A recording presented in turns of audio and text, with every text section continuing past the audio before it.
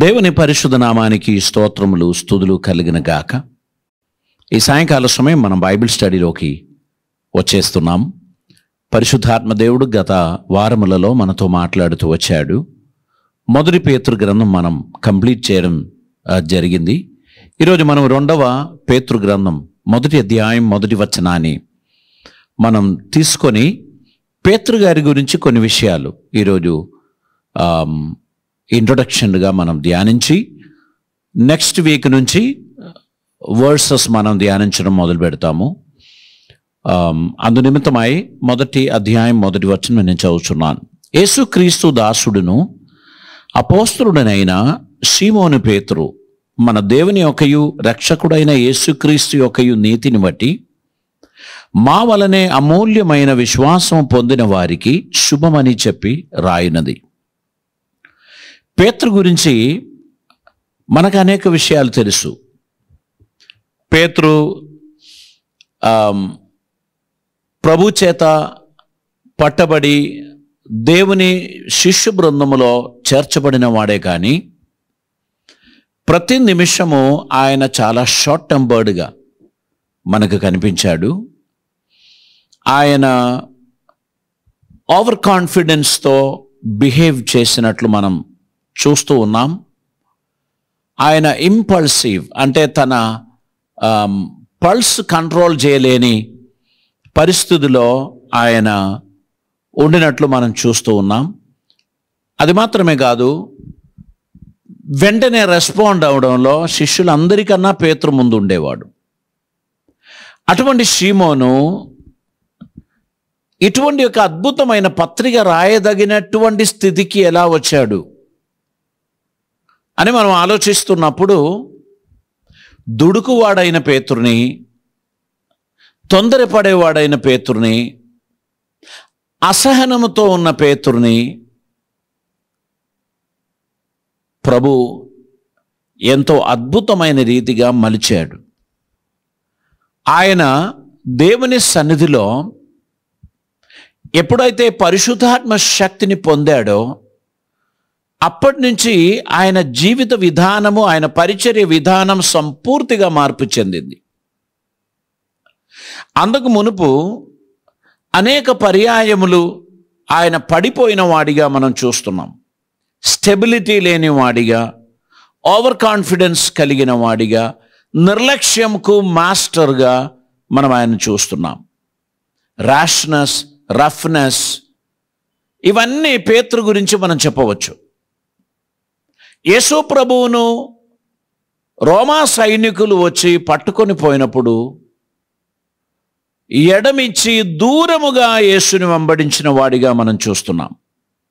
అది మాత్రమే కాదు, పిలాతు భవనంలో యేసయ్యను వారు తీర్పు తీర్చుచు ప్రశ్నిస్తున్నటువంటి సమయంలో ఆయన ముమ్మారు నేను ఆయనను ఎరుగను అని చెప్పినటువంటి విషయం మనకు తెలుసు. ఈవిల్ అసోసియేషన్తో అంటే లౌకికులతో చలి కాల్చడానికి పోయి కూర్చొని తన ప్రాణనాథుని నేను ఎరుగనని ముమ్మారు ఆయన చెప్పేదాకా కోడి కూయలేదు. ఇటువంటి వ్యక్తిని దేవుడు అద్భుతమైన ఒక అపోస్తులుగా, అపోస్తులలో నాయకుడిగా దేవుడు ఏర్పరిచాడు.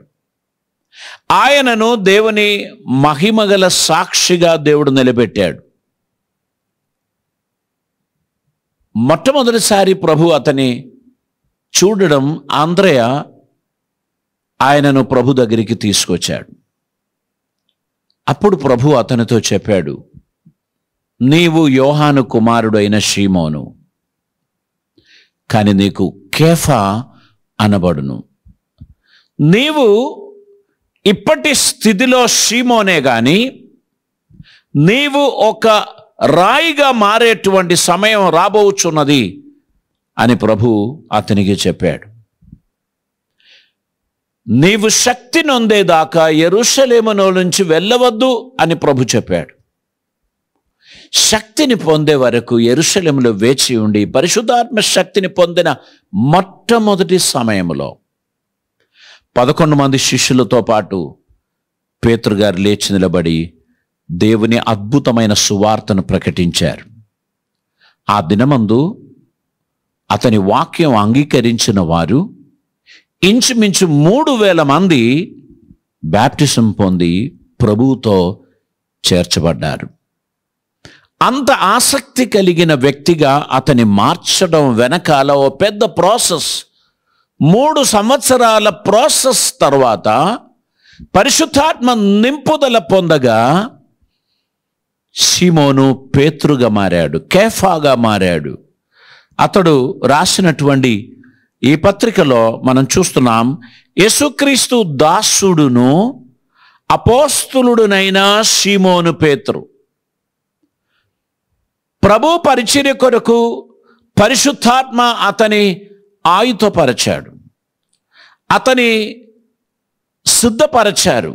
మనం అపోస్తల కార్యం 2వ అధ్యాయం 14వ వచనం మనం చదువుచున్నప్పుడు అక్కడ మనం చూస్తూ ఉన్నాం, అయితే పేతురు ఆ 11 కూడా లేచి నిలిచి బిగ్గరగా వారితో ఇట్లనెను, యూదయ మనుష్యులారా, యెరూషలేములో కాపురం ఉన్న సమస్త జనులారా, ఇది మీకు తెలియగాక చెవియొగ్గి నా మాటలు వినుడి అని చెప్పి, ఏమాత్రం పిరికితనం లేనివాడు, ఏమాత్రం భయం లేనివాడు, ఆయన స్తోమత కలిగిన ఒక బోధకుని వలె వారితో మాట్లాడుచున్నట్లు మనం చూస్తున్నాం. పరిశుద్ధాత్ముడు అతని సువార్త ప్రకటించడానికి తగినట్లు సిద్ధపరిచాడు అని మనం చూస్తున్నాం. 4వ అధ్యాయం దాని 13వ వచనాన్ని మనం చదువుచున్నప్పుడు, వారి పేతురు యోహానుల ధైర్యమును చూచినప్పుడు వారి విద్య లేని పామరులని గ్రహించి ఆశ్చర్యపడి, వారు యేసుతో కూడా ఉండిన వారు అని గుర్తెరిగిరి. స్వస్థత పొందిన ఆ మనుష్యుడు వారితో కూడా నిలిచి ఉంటుట చూచి ఏమీయూ ఎదురు చెప్పలేకపోయిరి. మనం చూస్తున్నాం, యోహాను, సీమోను పేతురు ఇద్దరు పరిచర్య కొరకు బయలుదేరి దేవుని రాజ్య సువార్తను ప్రకటించి వారి దగ్గరికి వచ్చినటువంటి రోగుల మీద ప్రార్థన చేయగా వారికి స్వస్థత కలిగినటువంటి సందర్భంలో వీరు పామరులైన చేపలు పట్టువారు, వీరికి ఇంత జ్ఞానం, ఇంత ధైర్యం ఎక్కడి నుంచి అని చెప్పి జనసమూహము మిక్కిలి ఆశ్చర్యపడినట్లు మనం చూస్తున్నాం. దేవునికి స్తోత్రం. వారు బోల్డ్నెస్ మరియు కరేజ్, ధైర్యము దేవునిలో నుండి పొందారు. పరిశుద్ధాత్మ వారిని అలాగా నింపారు అని మనం పరిశుద్ధ వాక్యంలో చూస్తున్నాం. 19వ వచనాన్ని మనం చదివినట్లయితే, అందుకు పేతురును యోహానును వారిని చూచి, దేవుని మాట వినుట కంటే మీ మాట వినుట దేవుని దృష్టికి న్యాయమా? మీరే చెప్పుడి. మేము కన్నవాటిని విన్న వాటిని చెప్పక ఉండలేమని వారికి ఉత్తరమిచ్చిరి. ప్రజలందరూ జరిగిన దానిని గూర్చి దేవుని మహిమపరచుచుండిరి గనుక సభవారు ప్రజలకు భయపడి వీరిని శిక్షించు విధమేమీయూ కనుగొనలేక వీరిని గట్టిగా బెదిరించి విడుదల చేసిరి. దేవునికి స్తోత్రం. స్వస్థపరచుట అను ఆ సూచక క్రియ ఎవని విషయములో చేయబడనో వాడు 40 ఏండ్ల కన్నా ఎక్కువ వయస్సు గలవాడు. ఏదో గిమ్మిక్స్ చేయడం కాదు. 40 years అంటే ఒక మనిషి మంచి మధ్య వయస్సులో ఉన్నాడు, అతనికి స్వస్థత కలుగజేశారు. ఆ కూడి వచ్చిన ప్రజలకు సువార్త ప్రకటించారు. అయితే వీరిని సభ ముందుకు తీసుకొని పోయారు. వీరు దేవుని గూర్చి మాట్లాడుతూ మన ప్రజలను కలవరపరుస్తున్నారని వారి మీద నింద మోపారు. కానీ జరిగిన సూచక క్రియలు, అద్భుతమైన కార్యములు జరిగినందున ప్రజలందరూ దేవుని మహిమపరుచు ఉన్నారు గనుక వీరిని శిక్షించడానికి తగినటువంటి హేతువు దొరకక వారిని బెదిరించి విడుదల చేశారు అని చూస్తున్నారు. అలనాటి ప్రజలు పేతురు గారి సందేశానికి విస్మయం నొందారు, ఆశ్చర్యపోయారు. వారి యొక్క బోల్డ్నెస్, వారి యొక్క ధైర్యము చూచి మికిలి ఆశ్చర్యపోయినట్లు పరిశుద్ధ వాక్యంలో మనం చూస్తున్నాం. దేవుని కార్యాభివృద్ధి కొరకు దేవుడు ఒకరిని సిద్ధపరచుచున్నప్పుడు సర్వసామర్థ్యము దేవుడు అతనికి ఇచ్చి దేవుడు తన కార్యం జరిగిస్తాడు. దేవుడు ఎవరినైనా వాడుకోగలడు అనే దానికి ఉదాహరణమే సీమోను పేతురును వాడుకున్నారు. పామరులైన వారు, చేపలు పట్టువారు, యూనివర్సిటీలో ఏమీ చదవని వారు, కానీ దేవుని అపారమైన కృప వారిపై ఉండడమును బట్టి వారి దేవుని మహిమపరచు విషయంలో ఏ లోపం లేని వారిగా దేవుని కోసం వాడబడ్డారు అని మనం చూస్తున్నాం. అపోస్తల కార్యం 5వ అధ్యాయం 15వ వచనం మనం చదువుతున్నప్పుడు, అందుచేత పేతురు వచ్చుచుండగా జనులు రోగులను వీధులలోనికి తెచ్చి వారిలో ఎవని మీదనైనను అతని నీడ అయినను పడవలనని మంచముల మీదను పరుపుల మీదను వారిని ఉంచిరి. వీధిలో నడుచుకుంటూ పోవుచున్న సీమోను పేతురు నడుచుకుంటూ వెళ్ళుచున్న నీడ తగిలితే వారికి స్వస్థత కలుగుతుంది అని అనుకొని వారు అలా తీసుకుపోయి పరుండి పెట్టారు. మరియు యెరూషలేము చుట్టూ నుండు పట్టణముల జనులు రోగులను అపవిత్రాత్మ చేత పీడింపబడిన వారిని మోసుకొని కూడి వచ్చిరి. వారందరూ స్వస్థత పొందిరి. దేవునికి స్తోత్రం. ఒకప్పుడు సీమోను పేతురు ఫ్రెండ్స్ ఎవరైనా అతని గురించి 2 మాటలు చెప్పండి అని అంటే, ఆయన ఒట్టి పిరికోడండి, ఓ దుడుకుపోతూ, ఆయన చాలా ఓవర్ కాన్ఫిడెన్స్ కలిగిన వాడు, ఆయన పెద్ద గర్విష్ఠుడు, ఏదైనా వాదాలు పెట్టుకుంటాడు, ఎవరికి తల వంచడు, ఇటువంటిది అభిప్రాయములు చెప్పగలుగుచున్న ఆ ప్రాచీన స్వభావమును ఆయన విడిచిపెట్టి దేవునికి సంపూర్తిగా తన్ను సమర్పించి పరిశుద్ధాత్మకు విధేయత పరిచినందుకు దేవుడు అతని తన మహిమార్థమై వాడుకుంటూ ఆ వీధులలో పడి ఉన్న మనుషుల మీద సీమోను పేతురు నీడ తగిలినప్పుడు వారందరూ స్వస్థత పొందారు. దేవుడు తన సేవకుని అద్భుతంగా ఒక మలుపు తిప్పాడు. అద్భుతమైన సాధనంగా దేవుడు మార్చుకున్నారు. నీ జీవితంలో అసాధ్యమైన కార్యములను దేవుడు సుసాధ్యపరుస్తాడు. మనం చేయవలసింది ఒకటే, సమర్పణతో దేవుని సన్నిధిలో మనల్ని సమర్పించాలి. దేవుని చిత్తం నెరవేర్చడానికి ఉన్నటువంటి ఒక విధేయత మనకు అవసరమై ఉంది. దేవుని కృప మనం పొందు నిమిత్తమై మనలని సంపూర్తిగా ఆయన పాద సన్నిధిలో సమర్పించాల్సినటువంటి అవసరత ఉంది. అనేక మంది వ్యాధిగ్రస్తులను, రోగులను స్వస్థపరచు ఒక ఛానల్గా దేవుడు అతని మార్చాడు. అతడు చేతులు ఉంచాల్సిన అవసరం లేదు, అతడు ప్రార్థన చేయాల్సిన అవసరం లేదు. అతని నీడ తగిలినప్పుడు కూడా ప్రజలకు స్వస్థత కలిగింది. తీసుకొని వచ్చిన వారిలో 10% స్వస్థత పొందారండి, 90% వెనకకు పోయారండి అని అంటారు ఇప్పటి క్రూసేడ్లలో, మీటింగులలో. కానీ సీమోను పేతురు ఉన్నటువంటి ప్రాంతంలో తీసుకొచ్చి పరుపుల మీద, మంచముల మీద, వీధులలో పరుండ పెట్టిన ప్రతి మనుష్యులను గురించి బైబిల్ చెప్తున్నారు, వారందరూ స్వస్థత పొందిరి. గనక దేవుడు తన సేవకుని గౌరవించి వాడుకోవడానికి ఆశించినప్పుడు అతని అత్యద్భుతమైన విధంగా దేవుడు వాడుకున్నాడు. అయితే సీమోను పేతురు ఎక్కడ కూడా దాని క్రెడిట్ తీసుకోవడానికి ఇష్టపడలేదు. మా వైపు మీరు ఇలా తేరి చూడడం ఏంటండి, మీరు తృణీకరించిన మా రక్షకుడైన యేసుక్రీస్తు వలన ఈ సూచక క్రియలు జరుగుతున్నదని వారు దేవుని మహిమపరిచారు. ఎప్పుడు కూడా అపోస్తలులు వారు ఘనత పొందడానికి ప్రయత్నం చేయలేదు. వారి జీవితంలో దేవుడు చేసిన అద్భుత కార్యములను గురించి వారు ఎల్లప్పుడూ దేవుని మహిమపరుస్తూ ప్రజల హృదయం దేవుని వైపు త్రిప్పడానికి వారు ప్రయత్నం చేశారు అనేటువంటిది మనం చూడవచ్చు.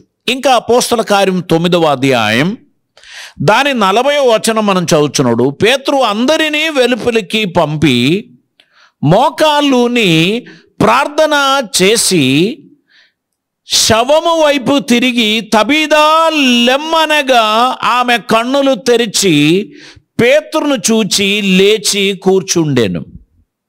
ఇక్కడ మనం చూస్తున్నాం, చనిపోయిన తబీదాను ఆయన చేసిన ప్రార్థనను బట్టి, ఆయన పలికిన మాటలను బట్టి దేవుడు మరణము నుండి లేపారు. దేవునికి స్తోత్రం.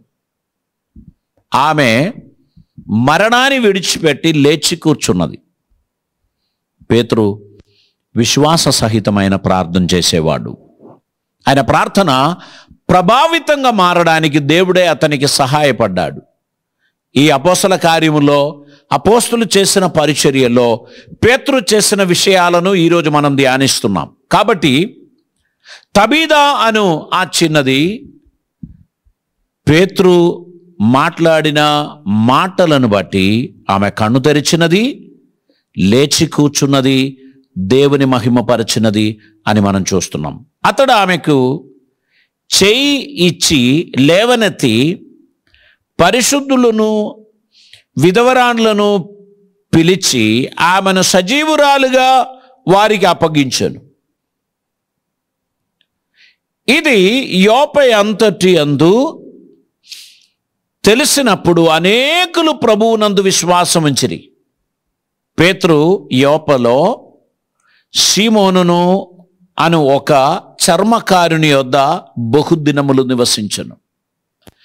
దేవుని కార్యం జరిగించడానికి ఒకరిని దేవుడు ఆయుధపరచుచున్నప్పుడు ఆ వ్యక్తి సంపూర్ణముగా పరిశుద్ధాత్మకు లోబడాల్సినటువంటి అవసరత ఉంది. దైవ చిత్తమునకు సమర్పించవలసినటువంటి అవసరత ఉంది. తన్ను తాను రిక్తునిగా చేయవలసిన అవసరత ఉంది. అవమానమైన, నిందలైన, హింసలైన సంతోషముతో సహించడానికి ఉన్నటువంటి మనస్సు కలిగిన వారిగా ఉండాల్సినటువంటి అవసరత ఉంది. తబీదా పేతురు చేసిన ప్రార్థనను బట్టి, ఆయన చేసిన ప్రకటనను బట్టి ఆమె లేచి కూర్చున్నారు. మరణించిన దానిని తిరిగి లేపిన పరిశుద్ధాత్మను పేతురులో మనం చూస్తున్నాం. దేవునికి స్తోత్రం. ఇంకా మనం చూసినట్లయితే ఇటలీ పటాళం అనబడిన పటాళములో శతాధిపతి అయిన కొర్నేలి అను దైవభక్తిపరుడైన ఒకడు కైసరియాలో ఉండెను. అతడు యూదా మతానుసారి కాదు గాని దేవుని అందు భయభక్తులు కలిగి ఎల్లప్పుడూ దేవునికి ప్రార్థన చేయుచు చాలా ధర్మం చేయుచున్నటువంటి వాడు.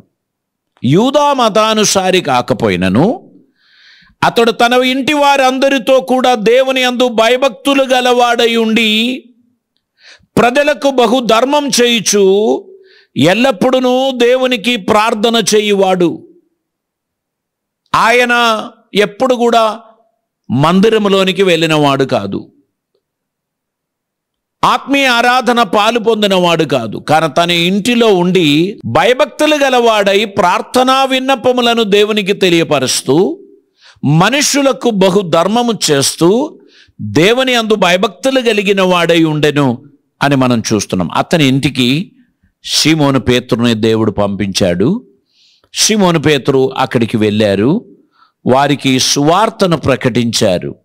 మనము 43వ వచనం 10వ అధ్యాయం అపోస్తల కార్యం 10వ అధ్యాయం 43వ వచనంలో ఆయన యందు విశ్వాసం ఉంచు వాడెవడో వాడు ఆయన నామము మూలముగా పాపక్షమాపణ పొందునని ప్రవక్తలందరూ ఆయనను గూర్చి సాక్ష్యమిచ్చుచున్నారు అని అన్నాడు.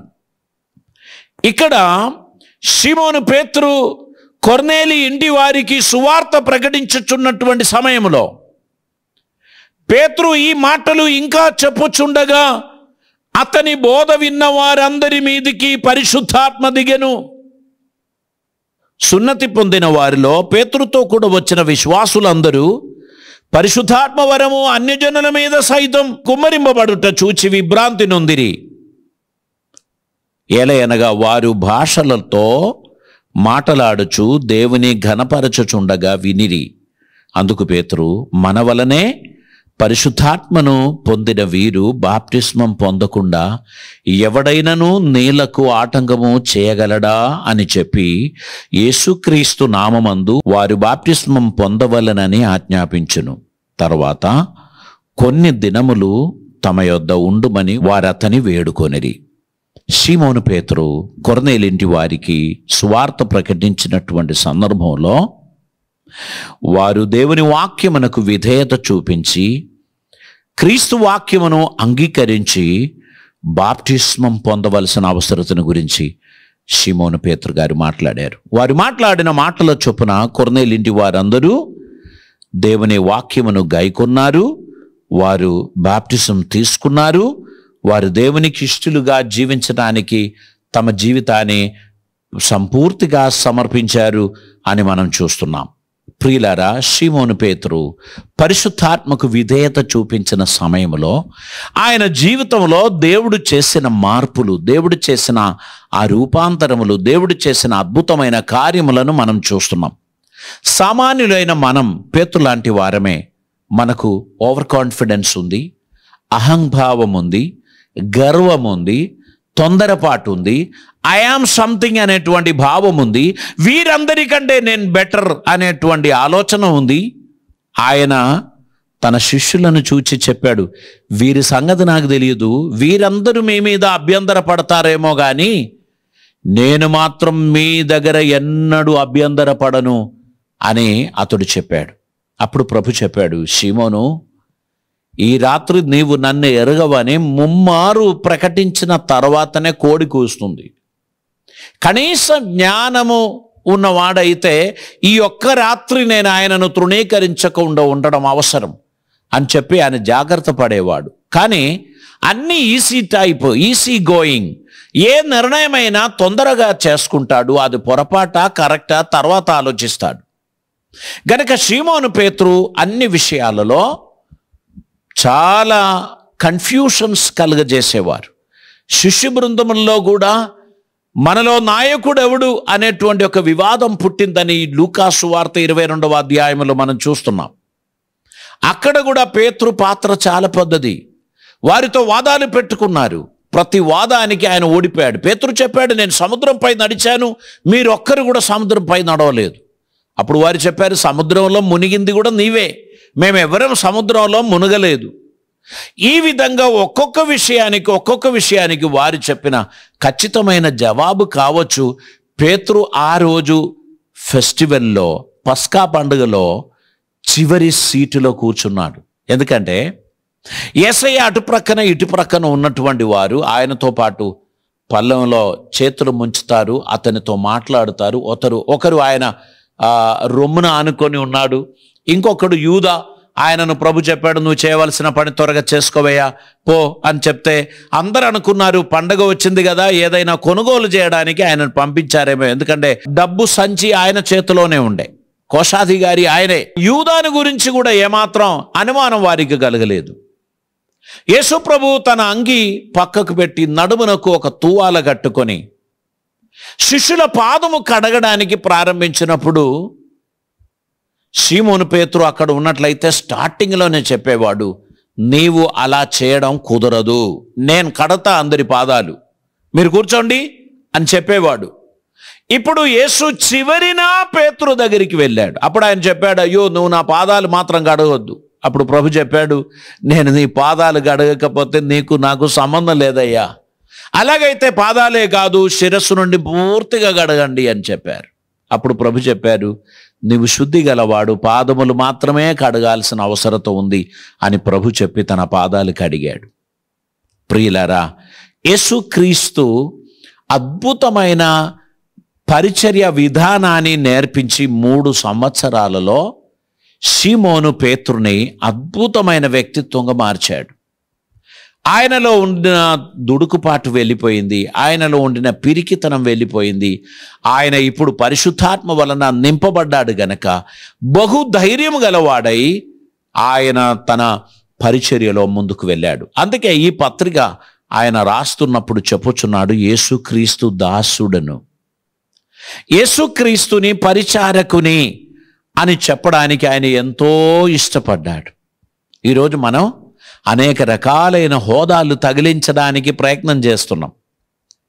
మనకు లేనిపోని బిరుదులన్నీ మనం కల్పించి మనం ఏదో గొప్ప వ్యక్తులం అని సమాజానికి చూపించడానికి తగిన మల్టీ కలర్ డ్రెస్సులు, దానికి సరిపోయినటువంటి టోపీలు, ఇట్లాంటిదన్నీ పెట్టుకొని మనము ఏదో విలువైన వాళ్ళము అని సమాజానికి చూపించడానికి ప్రయత్నిస్తున్నాం. ప్రియమిత్రమా, నీ విలువ నీ లోపల నివసించుచున్న పరిశుద్ధాత్మ వలన మాత్రమే నీకు కలుగును. నీ బయట వేసుకున్న ఈ వస్త్రములను బట్టి నీకేం విలువ రాదు. నీ లోపల నివసించుచున్న పరిశుద్ధాత్మ నీ ద్వారా పలికించుచున్న మాటలు వినుచున్న వారు నిన్ను గౌరవిస్తారు. నీవు చేయుచున్న ప్రార్థన ద్వారా దేవుడు చేయుచున్న సూచక క్రియలు చూచి వారు నిన్ను గౌరవిస్తారు.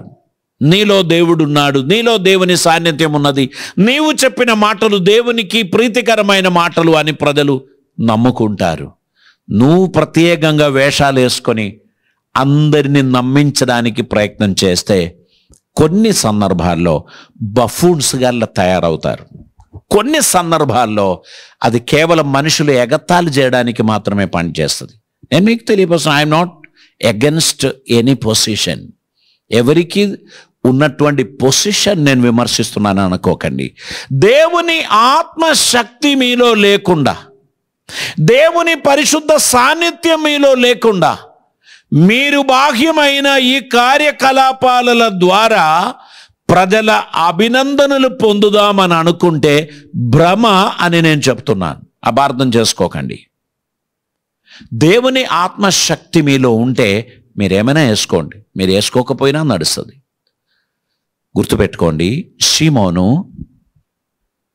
యేసుక్రీస్తుని ఆత్మశక్తిని పొందినవాడై శృంగారమనబడు దేవాలయం వైపు ఉదయం 9 గంటల ప్రాంతంలో యోహాను, సీమోను పేతురు ఇద్దరు కలిసి వెలుచున్నప్పుడు పుట్టినది మొదలుకొనే కుండివాడైన ఒకని కొందరు మోసుకొని వచ్చి ఆ శృంగారం అనబడు దేవాలయం ఎదుట కూర్చోబెడతారు. దేవాలయంలోనికి వెళ్ళేటువంటి వారు అతనికి చందాలు ఇస్తారు. ఈ మోసుకొని వచ్చిన వారు సాయంకాలం ఈ చందాలు తీసేసుకుంటారు. ఇతన్ని తీసుకొని పోయి ఎక్కడో కూర్చోబెడతారు. అతనికి అవసరమైన ఆహారము భోజనం ఇస్తారు. మిగిలిన డబ్బంతా వాళ్ళు తీసుకుంటారు. అనేకులకు లాభదాయకమైన ఒక కార్యం అక్కడ జరుగుతూ ఉంటే అందరిలాగా వీరు కూడా ఏమైనా ఇస్తారు అని అనుకొని సీమోను మరియు యోహాను వైపు చూచారు. అప్పుడు పేతురు చెప్పాడు, చూడు, నీవు మమ్మను తేరి చూడు. వెండి బంగారములు మా యొద్ద లేదు, మా యొద్ద మాకు కలిగినది మీకు ఇచ్చుచున్నాం. నసరేయుడైన యేసు నామమున లెమ్ము అని అతని చేయి పట్టి లేపాడు. దిగ్గున అతడు లేచి నిలబడ్డాడు. క్షణములో అతడు స్వస్థత పొందాడు. గంతులు వేసుకుంటూ వీరి వెనకాల దేవుని ఆలయంలోనికి వాడు వెళ్ళిపోయారు. కూడి వచ్చిన ప్రజలందరూ చూచినప్పుడు ఇది చాలా వింతైన కార్యం. పుట్టినది మొదలుకొని నడవని పోలియో వచ్చినటువంటి ఈ వ్యక్తి ఇంతగా గంతులు వేసుకుంటూ మందిరంలో తిరుగులాడడం ఏంటి? ఆయన సంతోషం తట్టుకోలేకపోయి దేవుని మహిమపరచుచు మందిరంలో ఉన్నప్పుడు వారందరూ చూసి మిక్కిలి ఆశ్చర్యపోయారు. అప్పుడు సీమోను పేతురు వారితో చెప్పారు, సహోదరులారా, మా సొంత శక్తి చేతను మా భక్తి చేతనో నడవని వీరిని నడిపించినట్లు మీరు మా వైపు చూడడం ఏంటి? 3వ అధ్యాయం అపోస్తల కార్యం 3వ అధ్యాయం దాని 12వ వచనం. పేతురు దీనిని చూచి ప్రజలతో ఇట్లనెను, ఇశ్రాయేలీయులారా, మీరు వీని విషయమై ఎందుకు ఆశ్చర్యపడుచున్నారు? మా సొంత శక్తి చేతనైనను భక్తి చేతనైనను నడవని వీనికి బలమిచ్చినట్టుగా మీరెందుకు మా తట్టు తేరి చూచుచున్నారు? అబ్రహాము, ఇస్సాకు, యాకోబు అనువారి దేవుడు అనగా మన పితరుల దేవుడు తన సేవకుడైన యేసును మహిమపరిచి ఉన్నాడు. మీరాయనను అప్పగించితిరి. పిలాతు ఆయనను విడుదల చేయుటకు నిశ్చయించినప్పుడు మీరు అతని ఎదుట ఆయనను నిరాకరించిరి. మీరు పరిశుద్ధుడును నీతిమంతుడైన వానిని నిరాకరించి నరహంతకుడైన మనిషిని మీకు అనుగ్రహింపుమని అడిగితిరి. మీరు జీవాధిపతిని చంపితిరి గాని దేవుడు ఆయనను మృతులలో నుండి లేపెను, అందుకు మేము సాక్షులం. సిచ్యువేషన్స్ వ్యతిరేకంగా ఉన్నప్పటికీ సీమోను ఎంతో ఆసక్తితో మాట్లాడుచు వారి ఎదుట ప్రభువును మహిమపరచినట్లు మనం చూస్తున్నాం. మీరును నేనును చేయవలసినది ఇదే.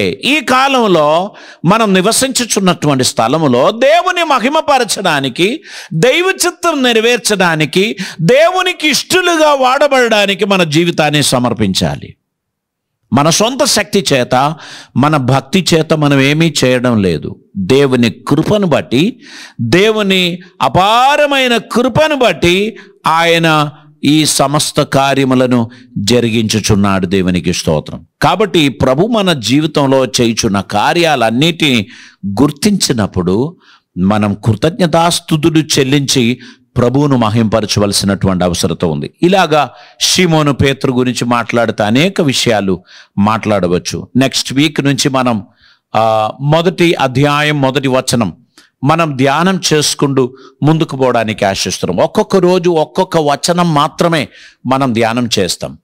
కాబట్టి మీరు ఖచ్చితంగా ప్రతి గురువారం సాయంకాలం 7:30 జరుగుతున్న బైబిల్ స్టడీ మీరు అటెండ్ అవ్వాలి అనేటువంటి విషయాన్ని నేను మీకు తెలియపరుస్తున్నాను. పరిశుద్ధాత్మ దేవుడు తన కృప ద్వారా మన అందరిని దీవించిన గాక. పరిశుద్ధాత్మ దేవుని సహాయం మనం అందరం పొందుదురుగాక. ధారాళమైన కృప దేవుడు మనకు అనుగ్రహించిన గాక.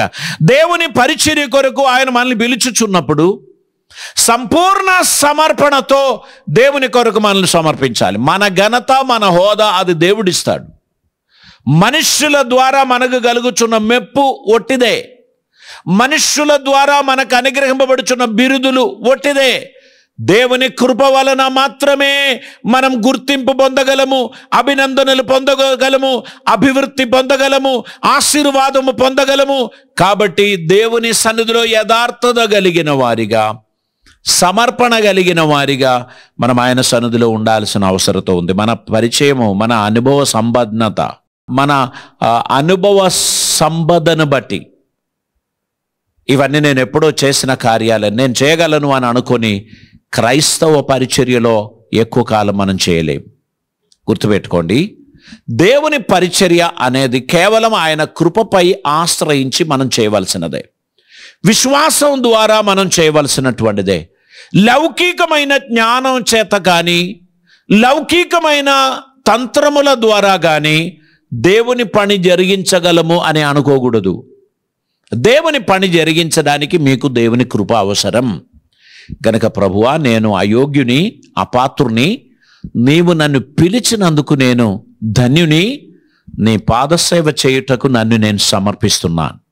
మీ చిత్తమందయు నా జీవితంలో నెరవేర్చు ప్రభువా, నీకిష్టుడిగా నన్ను నడిపించు ప్రభువా అని మనం ప్రార్థించినట్లయితే దేవుడు తన కృపయు సమాధానమును మనకు అనుగ్రహించి ధారాళమైన కృపలతో మనల్ని నింపుతాడు. అద్భుతమైన కార్యములు మన జీవితంలో జరిగిస్తాడు. ఆయనకు అసాధ్యమైనది ఏమీ లేదు. ఆయన తన అద్భుతమైన కార్యములు మన జీవితంలో జరిగిస్తాడు. కనుక ప్రభువును మహిమపరచు బిడ్డలుగా, ఆయనకి ఇష్టలుగా ఉండడానికి మన జీవితాన్ని మనం సమర్పించాల్సినటువంటి అవసరత ఉంది. ప్రభువు నిన్ను ప్రేమిస్తున్నాడు. నీవు దేవుని కృపలో ఉండడానికి ఆయన ఇష్టపడుచున్నాడు. దేవుని పరిచర్యలో ఉన్నటువంటి వ్యక్తివైనా, ప్రార్థనా బృందంలో ఉన్నటువంటి వ్యక్తివైనా, లేదు నాకు ప్రభు అంటే ఎవరో తెలియదు అని అనుకున్నా, దేవుని మాటలకు నీవు లోబడడం ద్వారా, దేవునికి విధేయత చూపించడం ద్వారా అత్యద్భుతమైన కార్యముల కొరకు దేవుడు మిమ్మల్ని వాడుకుంటారు. దేవుడు మీ జీవితంలో ఆశ్చర్యములు జరిగిస్తారు. మీకు దేవుడు అద్భుతమైన దీవెనలను అనుగ్రహిస్తారు. ఈ దినమందు ప్రభు మనతో మాట్లాడిన ఈ మాటలను ఒక ఉపోద్ఘాతలాగా మనం అనుకొని, ఒక ఇంట్రొడక్షన్ లాగా అనుకొని నెక్స్ట్ వీక్లలో దేవుని వాక్యమును పఠనం చేయడానికి ఉన్నటువంటి ఒక సిద్ధపాటు మనకు అవసరమై ఉంది. ఒక సామాన్యుడైన వ్యక్తిని అసామాన్యమైన కార్యముల కొరకు దేవుడు వాడుకున్నాడు. తన పరిశుద్ధాత్మకు అతడు చూపిన విధేయతను బట్టి దేవుడు అతని అద్భుతమైన సాధనంగా మార్చాడు. అపోస్తలులందరిలో అగ్రస్థానంలోనికి అతని తీసుకొచ్చారు. షిమోను పేతురు అద్భుతమైన సాధనగా ప్రభు చేతిలో వాడబడ్డాడు. మన జీవితం కూడా ప్రభు చేతికి సమర్పిస్తాం. ప్రభువా, నీ చిత్తం నెరవేర్చడానికి ఇదిగో నేను వచ్చి ఉన్నాను. ఈ పాండమిక్లో నన్ను నువ్వు బ్రతికిస్తున్నందుకు నీకు స్తోత్రం. నా జీవితాన్ని ఒక మలుపు తిప్పడానికి మీరు కృప చూపిస్తున్నందుకు స్తోత్రం తండ్రి. ఈ జీవితం నీకు మహిమార్థముగా సమర్పించుకుంటూ నీ చిత్తం అంతయు నెరవేర్చడానికి నన్ను వాడుకో అని మనం దేవుని సన్నిధిలో ప్రార్థించి సమర్పించినట్లయితే మనం ఊహించని రీతిగా దేవుడు మనల్ని వాడుకుంటాడు. ఆశ్చర్యమైన కార్యముల కొరకు మనల్ని శుద్ధపరుస్తాడు. అద్భుతములు మన జీవితంలో జరిగిస్తాడు. ఆయన కృపయు సమాధానము ధారాళమైన దీవెనలు పొందుటకై మన జీవితాన్ని ప్రభు సన్నిధిలో సమర్పిద్దాం. ఆయనకిష్టులుగా మనం వాడబడదాం. ప్రభునామ మహిమ కొరకు నిలబడడానికి వాడబడడానికి మన జీవితాన్ని సమర్పించుకుందాం. ఆయన మన గురించి ఆశించినవన్నీ అక్షరాల నెరవేరడానికి తగినట్లు మన జీవితాన్ని ప్రభు సన్నిధిలో మనం సమర్పిద్దాం. ఆయన గొప్ప దేవుడు, అద్భుతకరుడు, ఆశ్చర్యమైన కార్యములు మన జీవితంలో జరిగించువాడు గనుక ప్రభువునకు స్తోత్రం చెల్లిద్దాం. ఆయన చిత్తం భూమి మీద నెరవేర్చబడిలుగా మనలని దేవుని సన్నిధిలో సమర్పిద్దాం. దేవుని పరిచారకులుగా మనకు అప్పగించుచున్న కర్తవ్యాన్ని మనము ఎదురు మాట లేకుండా, సంశయం లేకుండా, సందేహం లేకుండా సంపూర్ణ విధేయతతోనూ సమర్పణతోనూ ప్రభు సన్నిధిలో ముందుకు నడవడానికి మన జీవితాన్ని సమర్పిద్దాం. ధారాళమైన దీవెనలతో పరిశుద్ధాత్మ దేవుడు మనల్ని ఆశీర్వదించిన గాక. గుర్తుపెట్టుకోండి, అపోస్తులైన పేతురు గారి 2వ పత్రిక 1వ అధ్యాయం 1వ వచనం నెక్స్ట్ వీక్ మనం ధ్యానం చేయడానికి ఆరంభిస్తున్నాం. కాబట్టి సిద్ధపాటుతో, సిద్ధ మనస్సుతో మీరు దేవుని సన్నిధికి రావాలి, ఆసక్తి చూపించాలి. ఆన్లైన్లో ఈ సందేశం విన్నా మీరు మీ ఫ్రెండ్స్ అందరికీ దీన్ని షేర్ చేయండి. ఈ ఛానల్ను సబ్స్క్రైబ్ చేయండి. దీని ద్వారా మీరు ఎన్నెన్నో ఆశీర్వాదములు పొందడానికి తగినట్లు మీ జీవితాన్ని సమర్పించవలసింది మనవి చేస్తున్నాను. పరిశుద్ధాత్ముడు ధారాళమైన దీవెనలతో మనం నింపి ఆశీర్వదించును గాక. తల్లు వంచదాం, మనం ప్రార్థన చేద్దాం. పరిశుద్ధుడైన తండ్రి, కృపామయుడైన దేవా, నీకు వందనాలు. ఈ రోజు నుంచి ప్రభువా మేము పేతురు గ్రంథం 2వ పత్రిక 1వ అధ్యాయం మేము ధ్యానించడం మొదలుపెట్టాము కనుక తండ్రి, ఈ ధ్యానము ముందుకు కొనసాగుచుండగా మా మనోనేత్రములను తెరవండి. ప్రతిదినం మాకు కావలసిన ఆత్మీయ ఆహారం మాకు దయచేయండి.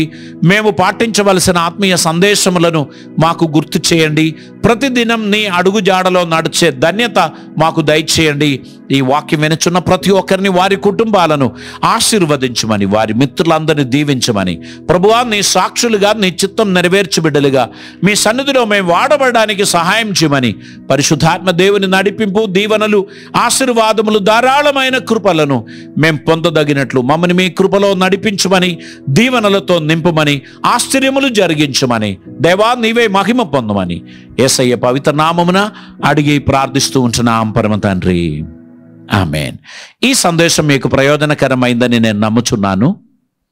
మా చిరునామా Jeevanadi revival Christian centre, NIT post, Warangal 4, Telangana state. ప్రతి గురువారం సాయంకాలం 7:30 మా బైబిల్ స్టడీ ఖచ్చితంగా ప్రసారం అవుతుంది. మీరు తరచుగా చూస్తూ మీ స్నేహితులకు ఈ ఛానల్ను పరిచయం చేయవలసి మనవి చేస్తున్నాను. ఈ సందేశం మీ జీవితంలో ప్రయోజనకరమైందంటే మీ ఫ్రెండ్స్ కూడా షేర్ చేయండి. మనం కలిసి దేవుని మహిమపరుద్దాం. ఈ పరిచర్యలో ఒక భాగంగా మీరు ఉండాలనుకుంటే దీని డిస్క్రిప్షన్లో డీటెయిల్స్ చాలా ఉన్నాయి. మీకు ఏదైనా ప్రార్థన అవసరతలు ఉంటే మా నంబర్ స్క్రీన్లో కనిపిస్తుంది. మీరు మాకు ఫోన్ చేయొచ్చు, మెసేజ్ పెట్టచ్చు, వాట్సప్ చేయొచ్చు. ప్రతి ఒక్కరికి దేవుడు తన కృపాన్ని గ్రహించిన గాకి. పరిచర్యలో పాలిభాగస్తులుగా ఉన్న, పార్ట్నర్స్గా ఉన్న ప్రతి ఒక్కరికి ప్రభు పేరట వందనాలు. దేవుడు ధారాళమైన దీవెనలతో మీ అందరినీ దీవించి వర్ధిల్ల చేయన గాక. God bless you.